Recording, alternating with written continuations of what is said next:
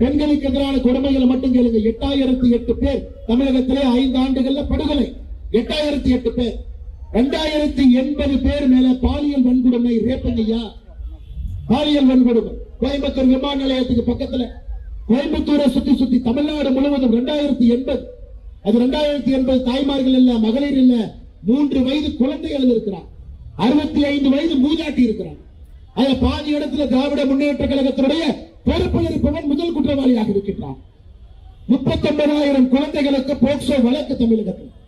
எப்படி இதை நாம் ஏற்றுக்கொள்ள முடியும்? அன்பு சொந்தங்களே, கடந்த 5 ஆண்டு காலத்தில் சட்டம் ஒழுங்கு என்பது தமிழகத்தினுடைய எந்த ஒரு அரசியல் சரித்திரத்திலும் இது போன்ற ஒரு மோசமான சட்டம் ஒழுங்கை நாம் பார்த்தது கிடையாது.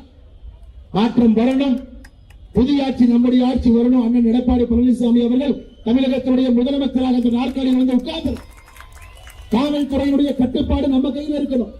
காவல்துறையை மிரட்ட வைக்கிறதுக்காக இல்ல, சுதந்திரம் கொடுப்பதற்காக, பணி செய்வதற்காக. இவங்க என்ன சாதனை செஞ்சாலும் நீங்க வந்தால், முதலமைச்சர் மு க ஸ்டாலின் கரூரில் சொல்றாரு, நான் என்னுடைய அருமை சகோதரர் ஆற்றல் மிகுந்த தம்பி செந்தில் பாலாஜி கோயம்புத்தூருக்கு அனுப்பிட்டு இருக்கிறேன். எனக்கு கோயம்புத்தூரை முன்னேற்ற வேண்டுமா? கோயம்புத்தூர் முன்னேறலீங்களா? தமிழகத்தினுடைய நம்பர் 1 மாவட்டம் கோயம்புத்தூர். சென்னை மாவட்டத்தை விட சென்னை மாவட்டத்தை விட பொருளாதார அடிப்படையில் தனி மனித வருமானம் அதிகமாக இருக்கக்கூடிய நம்பர் 1 மாவட்டம் கோயம்புத்தூர்.